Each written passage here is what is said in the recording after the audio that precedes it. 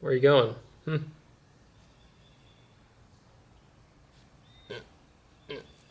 Nope.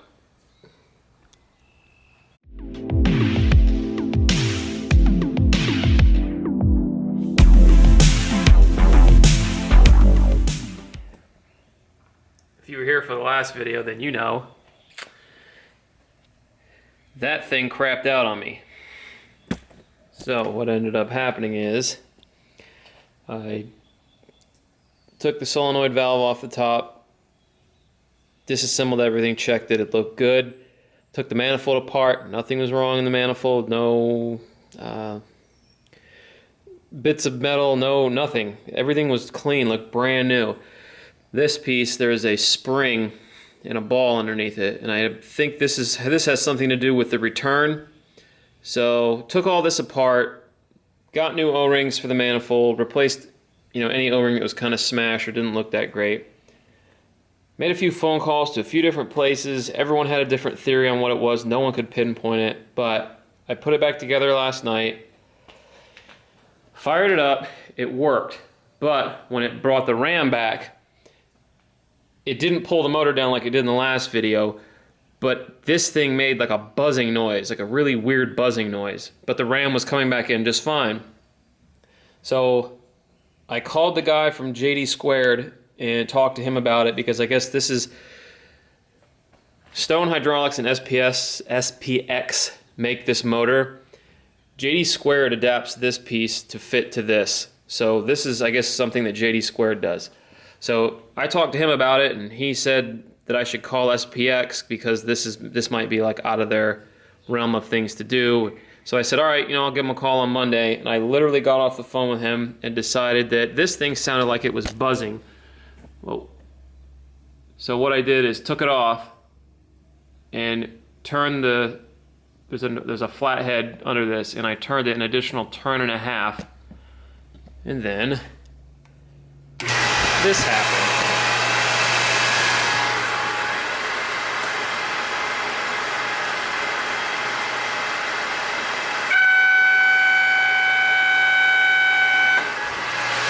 Just like normal. Exactly the way it was the day I bought it. So it magically fixed itself because I didn't do anything other than replace a couple O-rings, take this apart and put it back together. So, great. Oh, if you're ever up in Vermont, north of Burlington, good guys to check out.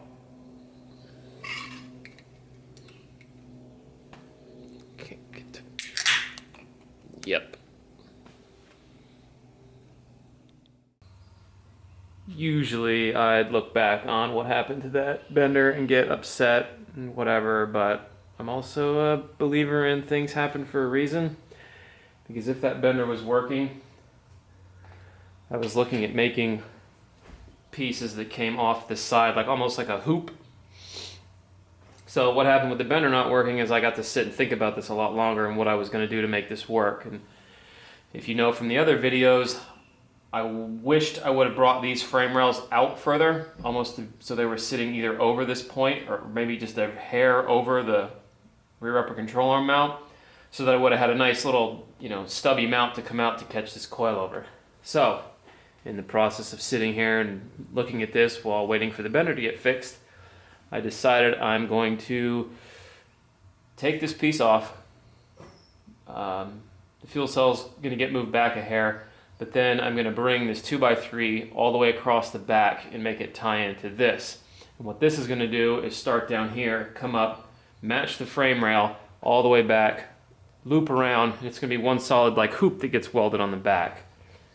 I think it'll look a little better. I've already designed the shock mounts that are going to go weld to the tube, mount the shocks, and there's going to be actually a provision up top, just straight up off the tube, that's going to connect the two tubes together so I can put a brace in there. Ultimately to keep it when the suspension, brace it up. So, and I don't know if this happens in your shop, but as you can see, if I ever have a flat surface, everything turns into a table. I just put shit on it. Inner Sanctum doesn't have that problem. His shop is completely clean, and I hope to one day get to that point in my shop where everything's clean, but that's usually what happens. Just like the motorcycle lift turns into a flat surface and gets shit put all over it. Yeah, it's great. So next is to get the fuel cell out, trim these rails back, start taking measurements and laying out. I've already laid out some of the stuff here. If this math doesn't seem right, it's because it's not right. Basically what I did is the distance between the outside of the frame rails is 22 and 5/8. What I was going to do is divide that by 2, add the 5 1/4 that was the center line from the outside of the frame rail to my 1 5/8 that was going to be the shock pickup point.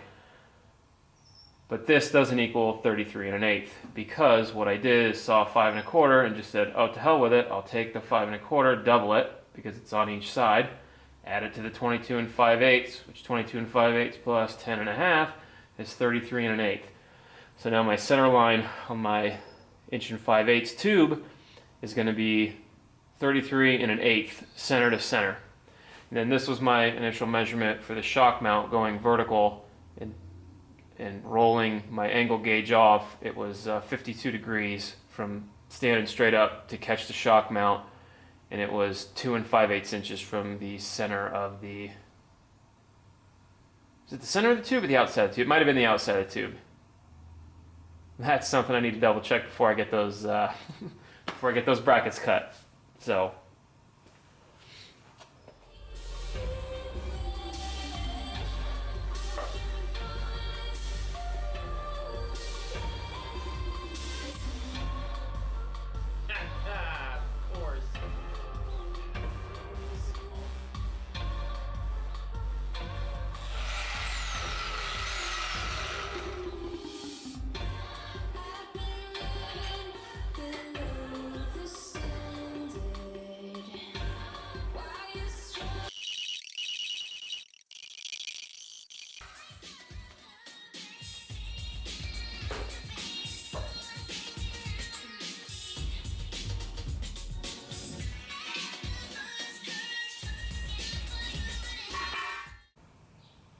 alright, the rails are cut off the back. Usually I keep a little scrap bin of pieces of steel, anything I've cut that's just straight and maybe like 4 or 5 inches long. What I did is I used my vice grips here, clamp this piece on the bottom. Got one here, and come on now. Got one on the, oh, you can barely see it. There's one right there on the other side. Now what that allows me to do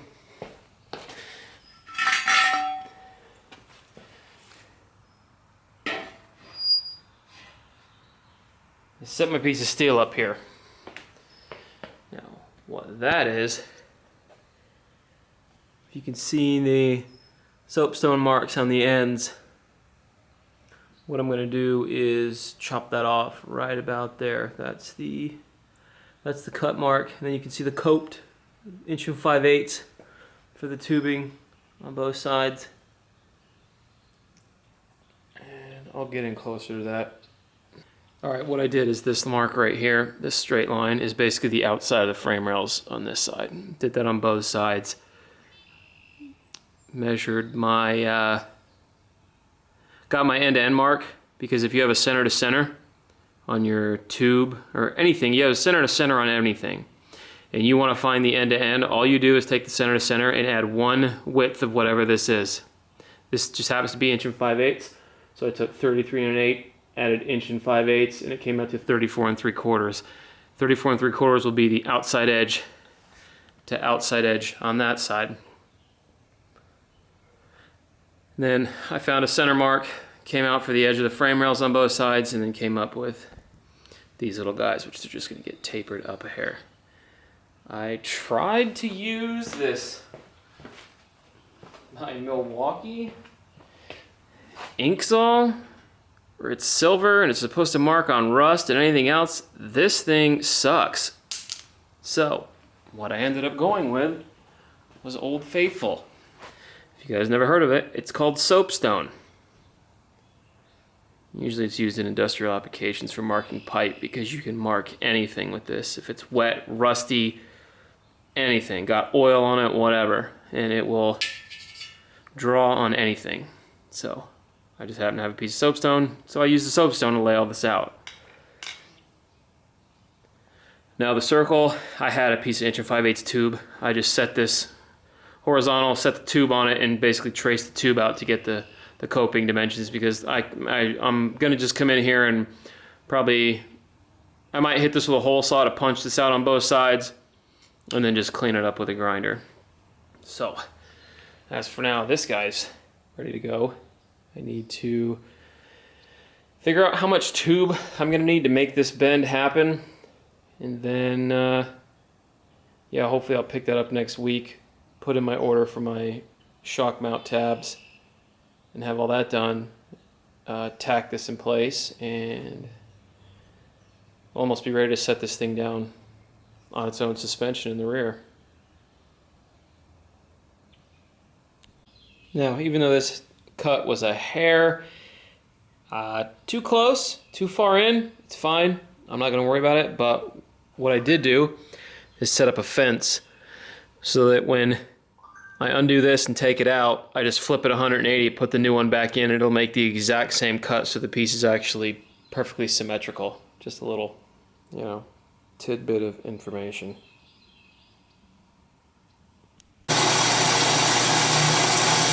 Sometimes I wish I had a roll-in saw for making really extreme angle cuts like this, but if you take all the clamping shit off over here, I got my F-clamps.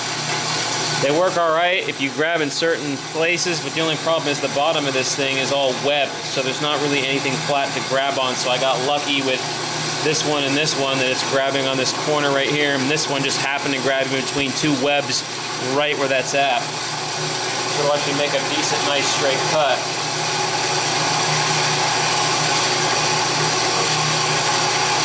It would be nice if this table had T-slots in it, but I don't know. Looks like we're already fucked. It's hitting back here. You can't see it. This piece right here, it's hitting. So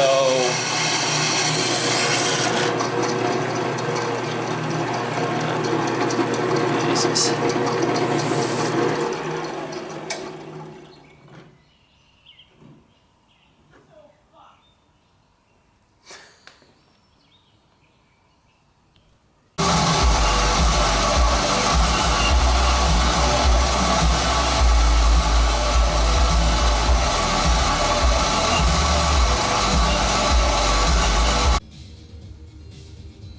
Now, sometimes you have the nicest, best tools you can have, and they can't quite get what you need done.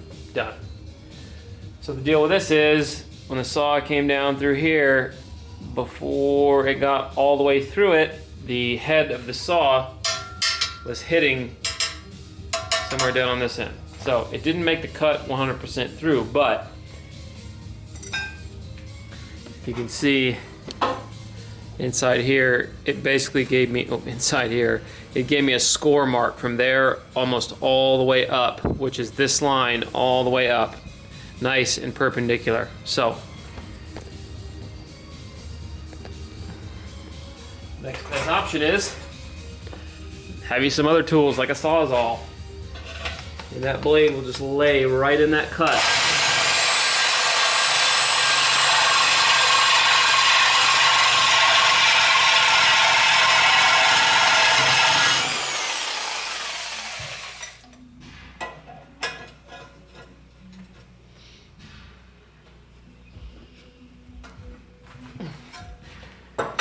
Open it up, come in here.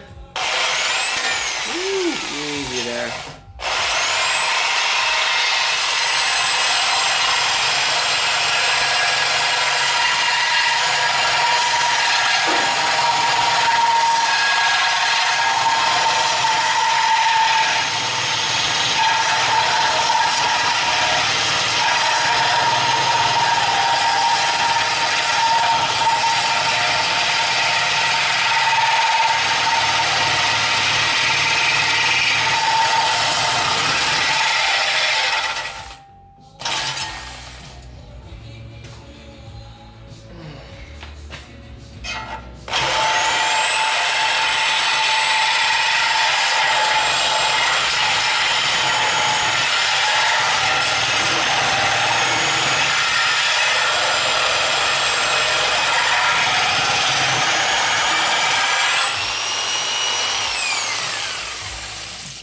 that sawzall you had now becomes a precision instrument because the line's already there.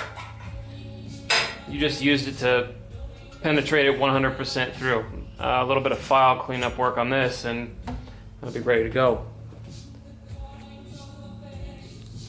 Now this is another thing, this is just a pet peeve of mine, but if you come over here and look on my saw, it has graduation marks.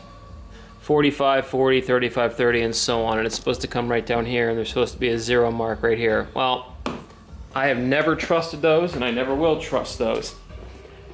If you've made adjustments to your blade, or you've taken the adjuster and moved it all the way down to do this, any minute change in this will take this blade and it will not keep it 90 degrees from whatever your plate says up there. So, not to mention this thing has been rebuilt. I've put all new bearings in this, reset everything and done it, so I don't trust, I've never trusted those graduated things. So ultimately what I do every time if I move it or take that thing off,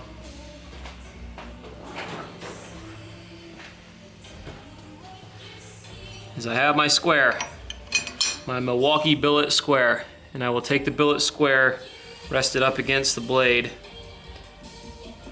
and it's literally tapping.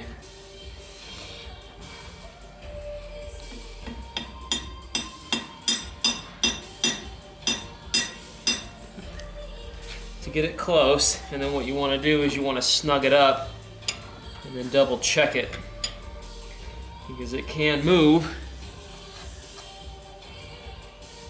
Yeah, that's still pretty decent, so we're gonna go ahead and go with that.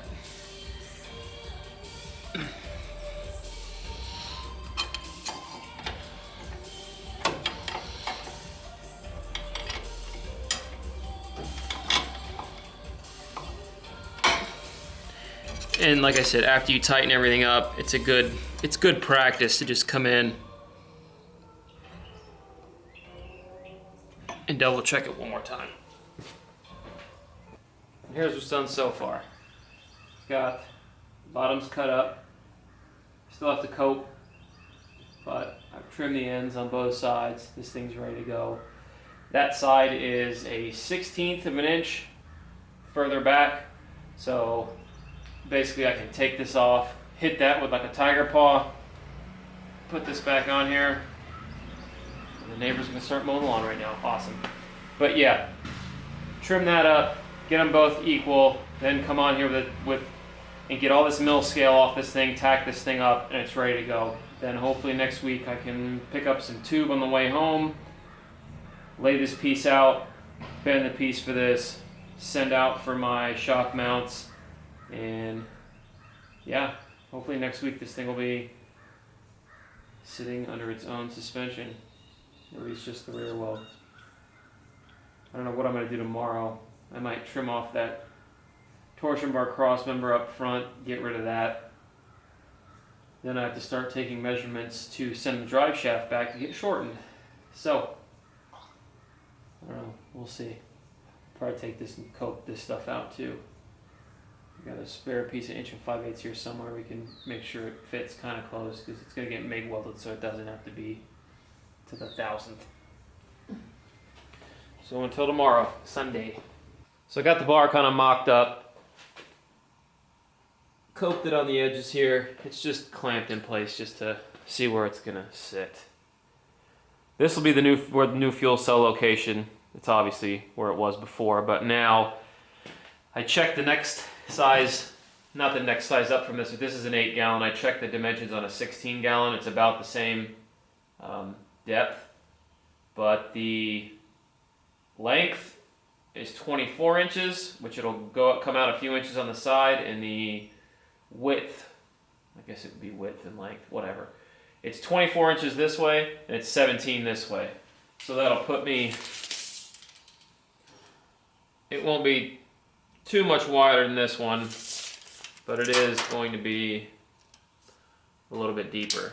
But this bar, when it comes around where it bends, I'm going to give it probably a couple inch gap back here, and this will wrap around the side and give me good mounts to make. Probably have a mount on each each side over here, and maybe one dead nut center, the front and rear.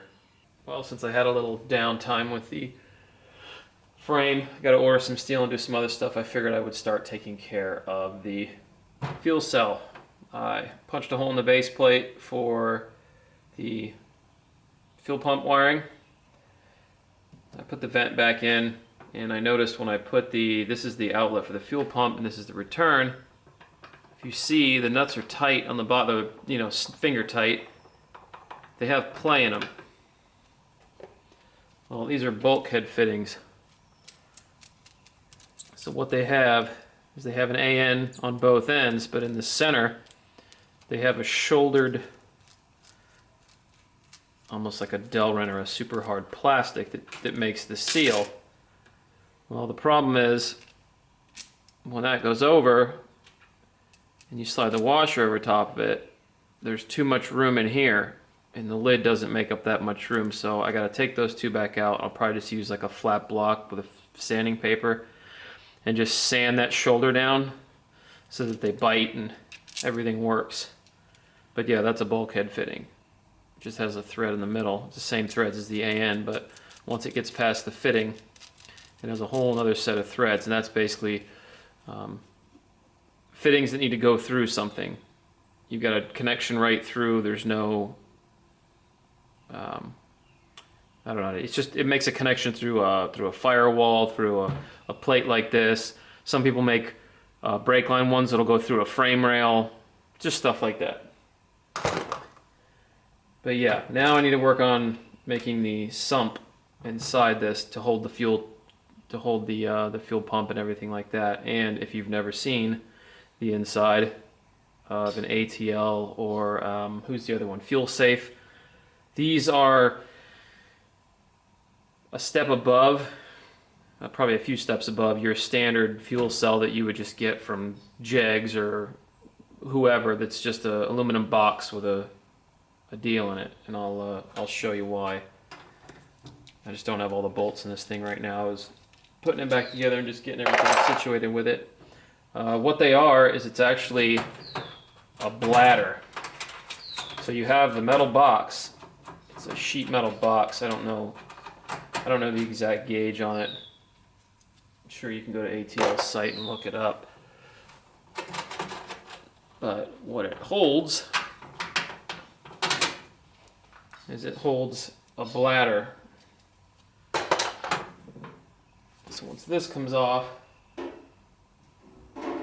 now you have a bladder in here, which is this guy. So that comes completely out. There's your box.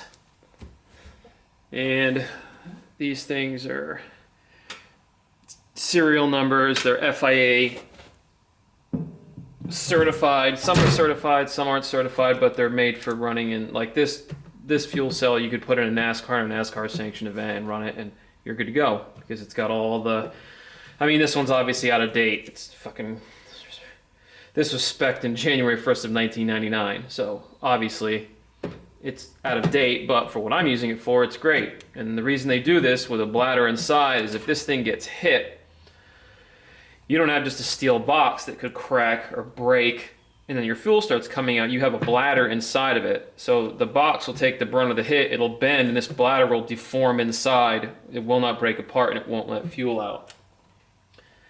I guess I'll show you. Should put these two things on here. I ended up losing all, I think I lost all the little nylon washers that go under the heads of these Allens. So now I have to order more of those.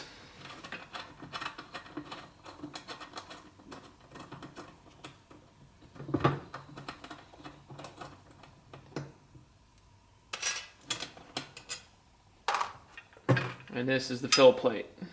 So obviously there's no fuel pump in here yet. This is the hose that will go to the fuel pump.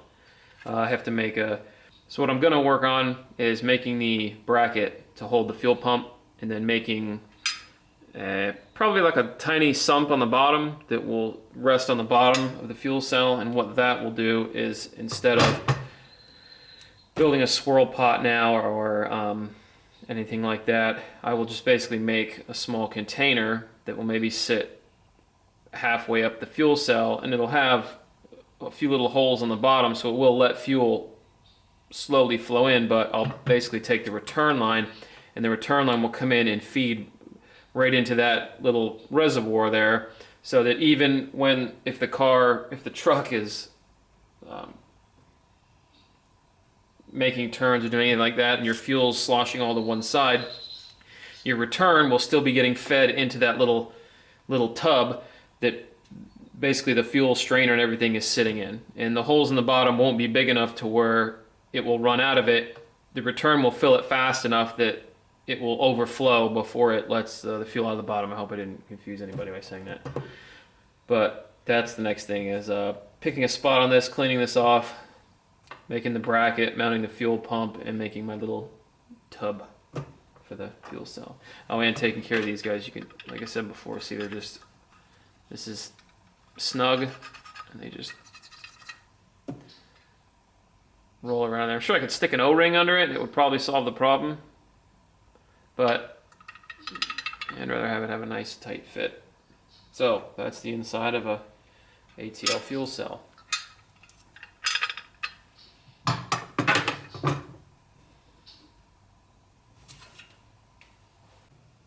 Well, instead of putting them on sandpaper, I just chucked it in the lathe real quick, lightly, and now just snugging it up finger tight. That thing's locked in there. I don't know if you're going to be able to see this, but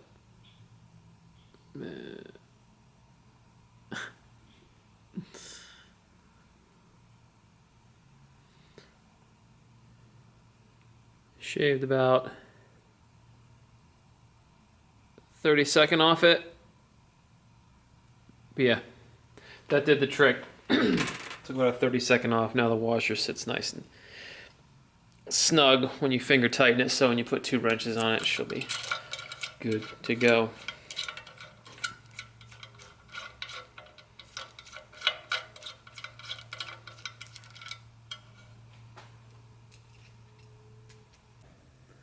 So the bender's fixed.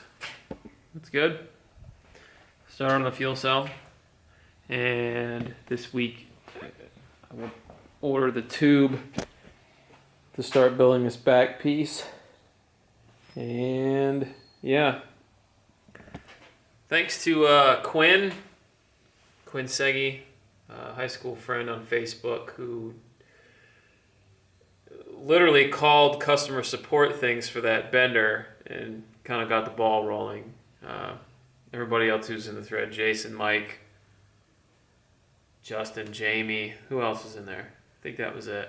But yeah, thanks for that. And I don't know, I should have the brackets here from Send Cut Send probably Wednesday or Thursday, so maybe next weekend get some tacks on this thing, and this might be sitting on its own, sitting on the mat. Then I gotta take the pieces apart and get them coated and all that shit, so on until next weekend, or well, this week, but yeah, probably a video next weekend.